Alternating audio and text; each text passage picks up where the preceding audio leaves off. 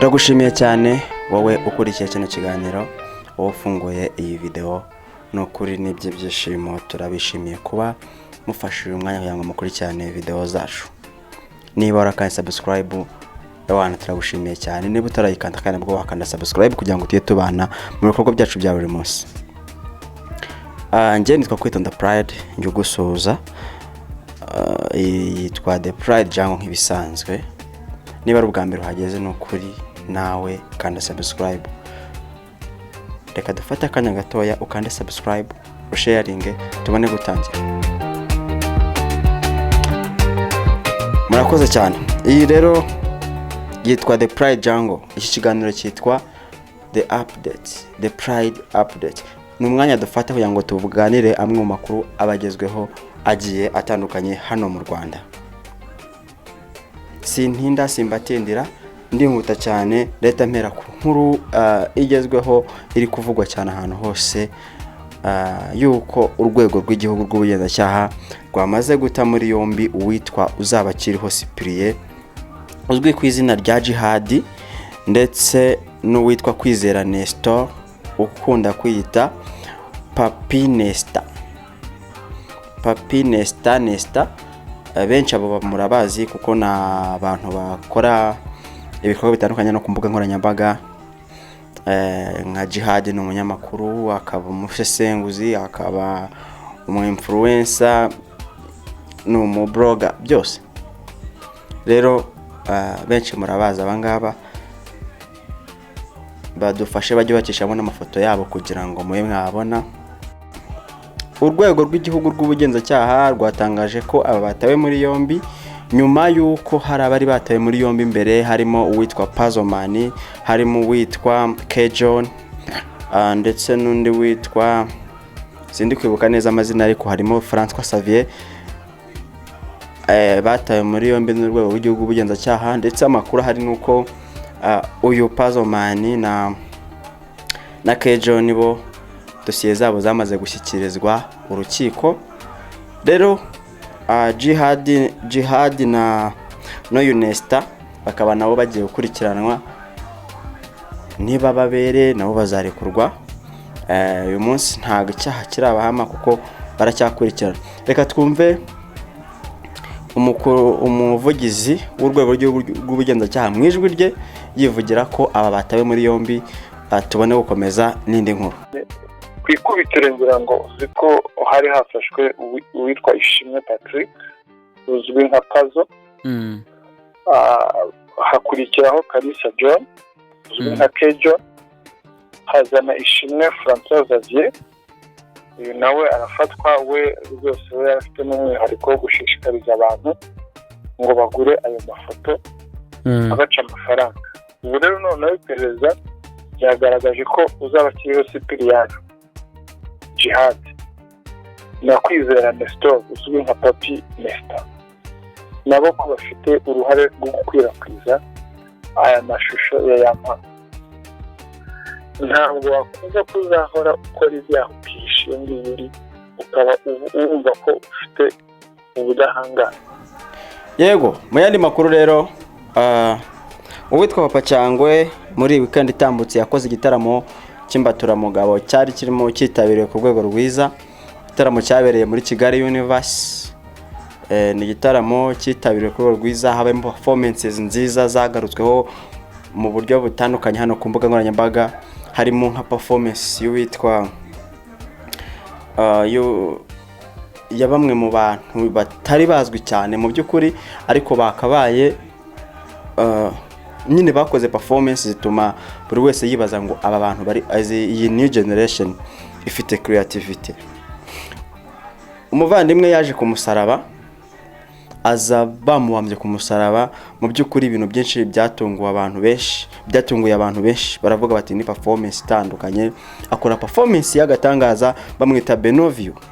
Aho ni muri show ya Papa Cyangwe. Ni show yari nziza cyane. Uwitwa Riderman yashimiye Papa Cyangwe, aravuga ati agira amagambo akomeye amubwira cyane. Nyine yari show nziza, abantu benshi bamaze iminsi mukurikirana amakuru yayo. Mu by'ukuri nta byinshi mutazi. Gusa Papa Cyangwe mu ntangiriro z'icyumweru nibwo yatangaje ko nubwo twe twabonye ko byagenze neza, ariko mu by'ukuri hari ibindi byaje kubaho nyuma y'igitaramo. Ahanini byari byaturutse ku byabereye mu gitaramo, ariko biza gukomeza nyuma y'igitaramo ku buryo byamugizeho ingaruka, anatangaza ko ashobora kwitabaza amategeko kuko byari ibintu ngo bitubahirije amategeko, ari ibintu biri irego, niryo jambo we yakoresheje. Yaravuze ati mu by'ukuri mu gitaramo n'abari bahari mwarabibonye cyangwa se n'andi makuru atambuka mwarabyumvise ko mu gitaramo cye hari igihe cyageze abashinzwe sound batangira kujya bacumura ibyuma bakazimirizaho abahanzi ibyuma. Hariho nk'uwitwa Zeo Trap baramuzimirijeho ndetse n'abandi, ari nayo byatumye umuhanzi witwa Pfla aza kuririmba nyuma. Bamwe mu bafana batashye agataha babaye cyane yarakaye. Mu by'ukuri ni ikibazo cyabaye kinini hano muri iyi myidagaduro y'u Rwanda. Papa Cyangwe rero watangaza ko nyuma y'ibyo byabaye igihe cyo gutaha cyagiye kugera, we bakamusigarana ndetse bakamufunga. We yabyise gufungwa, avuga ko yafunzwe kuva saa 8 z'ijoro kugera mu gitondo saa 12 afungiwe muri Kigali Universe. Ati bari bankizeho ibi bounce, yavuze aba bounce 3 ngo bibisore koko. Rero ndagira ngo duse nk'abumva gatoya kwijwi rye, asigaye dukomeze tureba n'ibyindi byatangaza ku mbuga ze nkoranyambaga, noneho turebe aho ubu ngubu bigereye, kuko na Kigali Universe yagize icyo bivugaho. Nari umuntu wo kwita bafata kuva saa 8 z'ijoro kugera saa 1 abandi batashye. Nicyo abana bizi ko buri munsi duhorana aho nirirwa ndi kuza kureba uko bubatse amabana, uko bashyize ama-red carpet, nirirwa wantu banabibona ko ndi none se ubwo niba umuntu uri kwirwanaho batamufasha, ubwo none ubundi bazamufasha. Yego, Papa Cyangwe rero yahise ajya ku mbuga ze nkoranyambaga arandika ati Kigali Universe ntabwo muri abantu beza, nyuma ya show yanjye mwaramfunze mu buryo butemewe kuva saa 8 z'ijoro kugeza mu gitondo saa 12. Iyi ni post y'uyu muhanzi witwa Papa Cyangwe, nubwo yaje guhita yisiba ubu ngubu itakiriho, ariko iyi ni post ye bwite we yashyizeho.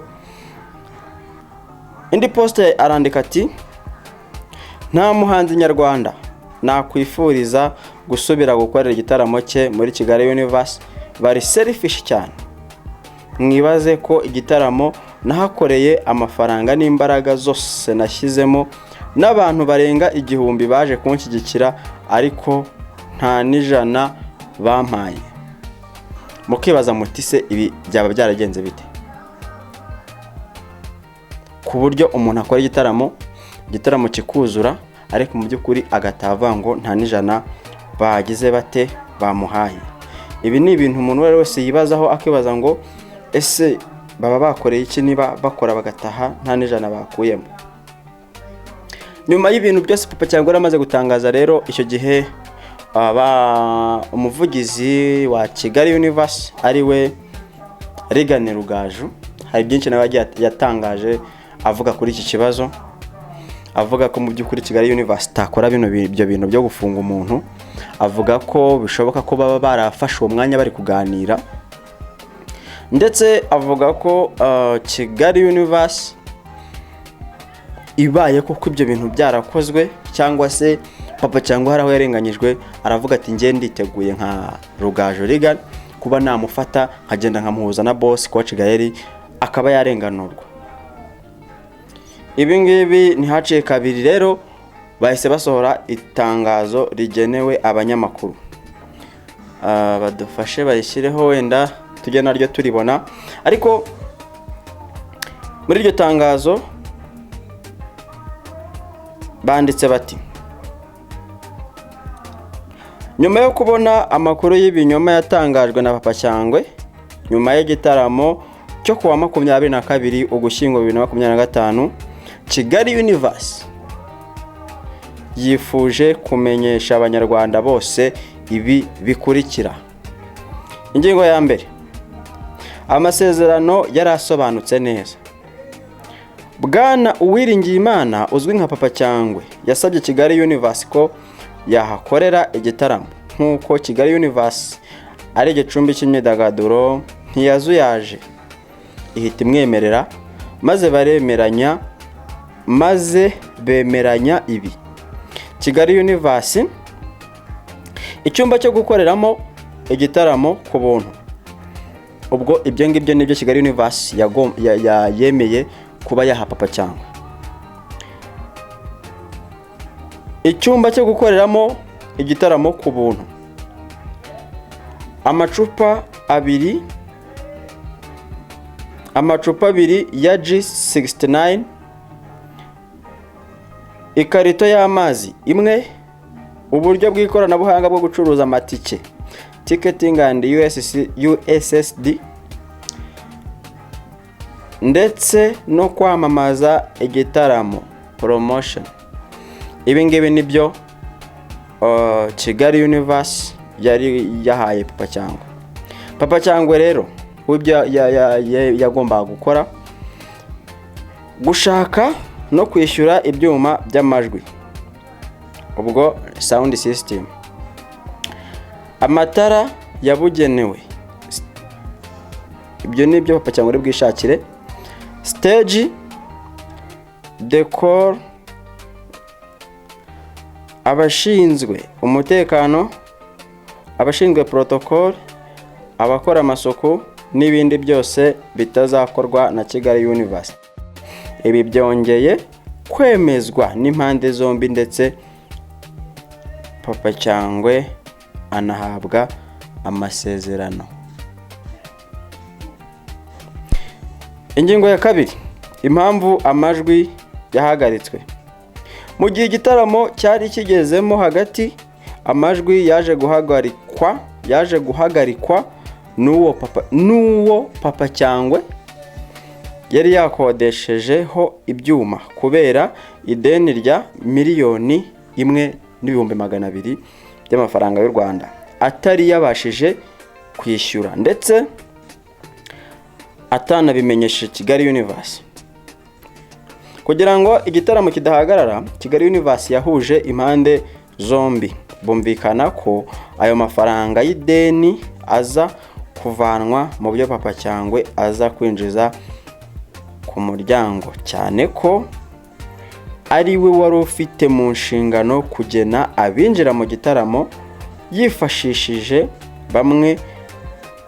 bamwe mu basore n'inkumi yari yizaniye kumukorera ako kazi mu rwego rwo kugenzura neza abinjira. Nyuma y'ibaruramari byagaragaye ko iryo deni ritaza kubasha kwishyurwa kuko amafaranga yinjiye atashoboraga kwishyura iryo deni ngo anishyure ibyo yagombaga Kigali Universe nyuma y'ibaruramari.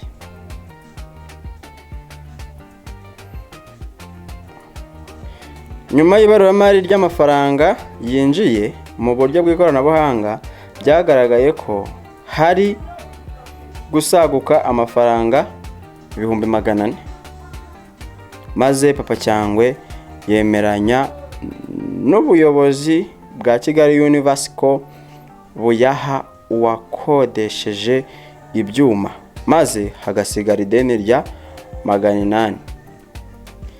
Iryo deni Papa Cyangwe yararyemeye kandi ararisinyira mu nyandiko dufitiye gihamya.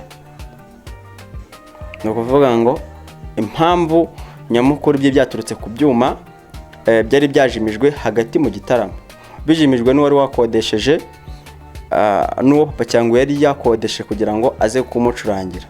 Mu by'ukuri ngo uwo wacuranze Papa Cyangwe yari amusigaye ideni rya $1,200,000. Ayo ni amafaranga menshi mu by'ukuri. Papa Cyangwe rero bamaze gukora ibaruramari ry'amafaranga benjije, basanga bafitemo 400,000 gusa, abariyo bamwishyura, andi 800,000 asigaye ayandika mu nyandiko yemera ko ari ideni amusigayemo.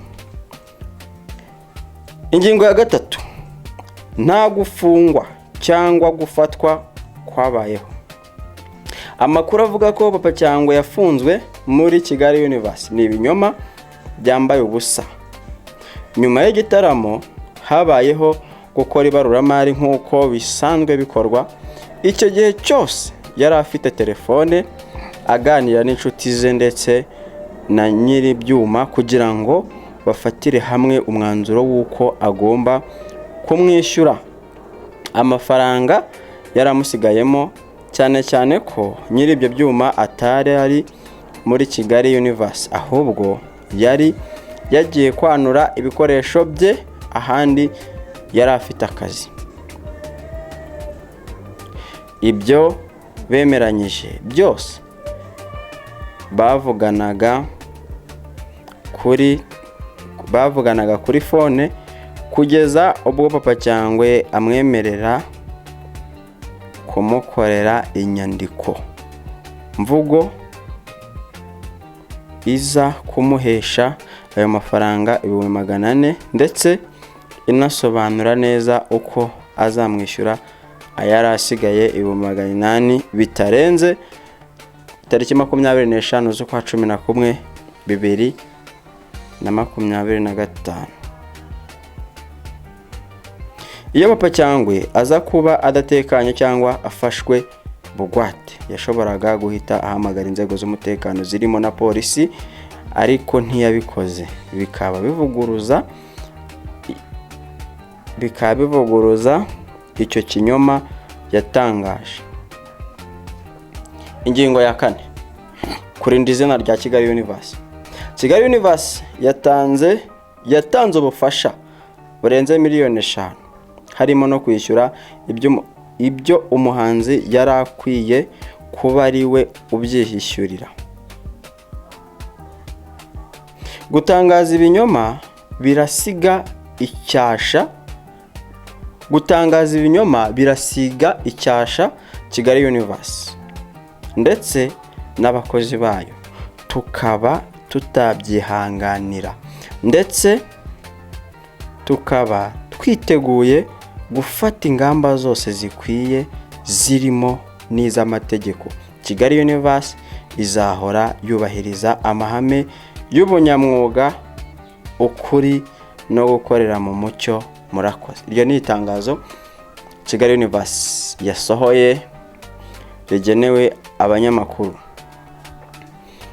Aya ni amakuru rero buri wese aba akwiriye hano kumenya, kuko ni ibintu bimaze igihe biri kuvugwaho cyane ngo Papa Cyangwe yararenganyijwe, ngo byagenze gute, ariko hano Kigali Universe isobanura uruhande rwayo. Rero ndagira ngo wenda wari ufiteho urujijo, hari ibyo adasobanukiwe, wenda ari kugenda abyumva. Gusa ikigaragara Papa Cyangwe we yamaze no gusibaho post yari yashyizeho avuga kuri ibyo bintu, yahise ayisiba. Bisobanuye ko hari amahirwe yuko uyu Papa Cyangwe ashobora kuba yakegerana na Kigali Universe bakaba bagira uko bakemura kino kibazo kikarangira, cyane ko uwitwa Rigani Rugaju umunyamakuru yamubajije ati ese Papa Cyangwe abaye akuganye nk'uko wari wabitangaje mbere kugira ngo umufashe kumuhuza n'ubuyobozi bukuru bwa Kigali Universe, wamufasha? Rugaju Rigani mu ijwi rye yavuze ati birashoboka ko namufasha, ariko akabanza agaca bugufi agasaba imbabazi Kigali Universe ko yatangaje ibintu atarakwiye kubatangaza, noneho nkamuhuza nabo bakaganira, iki kibazo kikaba cyakemuka ndetse kikarangira kikava mu nzira. Rero abantu bari bafite ibintu byinshi bavuga ngo Papa Cyangwe arenganurwe, hari amahirwe menshi yuko hari ikindi kibazo kibaye gihari bashobora kwicara bakakiganiraho, ndetse ibi byo byari bihari, hari amahirwe menshi. Muri make nakubwira ko ibi byo byamaze kurangira. Nitwa Kwitonda Pride, wamfollowinga kuri social media zanjye zose, Instagram, Facebook, TikTok, Twitter, hose nitwa Kwitonda Pride. Wabana natwe mu bikorwa bigiye bitandukanye, kandi subscribe, kandi like, kandi share, udusupporting mu buryo bwose. Ubaye hari igitekerezo cyangwa se hari icyo ushaka kutuvugisha, watwandikira, nimero yacu iri hasi muri description. Ushobora no kutwandikira kuri izo mbuga nkoranyambaga navuze haruguru, tukabasha kuba hari ibyo twaganiraho byadufasha twembi cyangwa se byafasha sosiyete. Murakoze cyane rero, mukomeze kugira ibihe byiza. Ibiganiro byacu nakagaruka, twabemereye ko tugiye kujya tubaha ibiganiro ndetse n'ibiganiro. The Pride Updates yo izajya ihoraho hafi ya buri gihe, kubera ko ni ikiganiro gitanga amakuru agezweho hano mu myidagaduro. Icyo mukitege buri mwanya. Niko Kwitonda Pride, kandi subscribe, tubane mu bindi biganiro. Murakoze cyane.